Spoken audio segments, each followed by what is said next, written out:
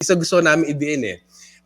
Kung gusto sana buuin ng larawan ng gobyerno dun sa epekto ng inflation. Actually, dun sa parehong linggo na lumabas yung kwenta ng inflation 1.9%, yung Bangko Sentral, nilabas din ang kanilang huling survey, dumami ang bilang ng mga bahay na walang savings. Sa ngayon, mahigit pito sa 10 pamilyang Pilipino, 19 million na pamilyang Pilipino, walang savings. Kumbaga, isang kaig, isang tuka na. So ito yung mga pamilya na mag-iisip, ano yung 1.9% inflation rate? Hindi ko mararamdaman yan kasi naubos na nga yung savings ko, wala na akong bulsa pagdudukutan, kaya kahit na 5 pisong taas sa presyo ng bigas, maramdaman talaga nila yun. Oo. So, tama ba yung understanding ko dito sa huling nabanggit mo?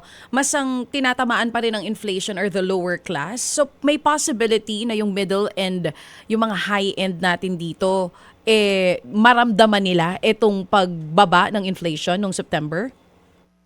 Well, sa totoo lang, ang pinakamalaking tinatamaan ay yung mahirap at lower middle class natin. Kasi middle class, minsan inisip natin middle class, ito yung may kotse, medyo nakapagbakasyon.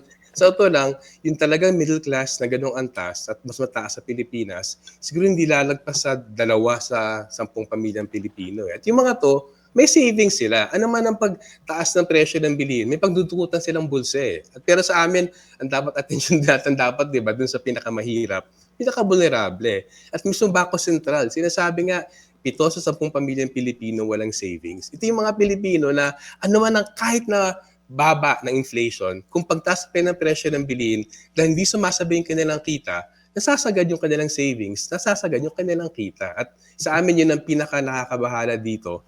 Wala tayong makitang sapat na bakit na pamahalaan para supportan, tulungan.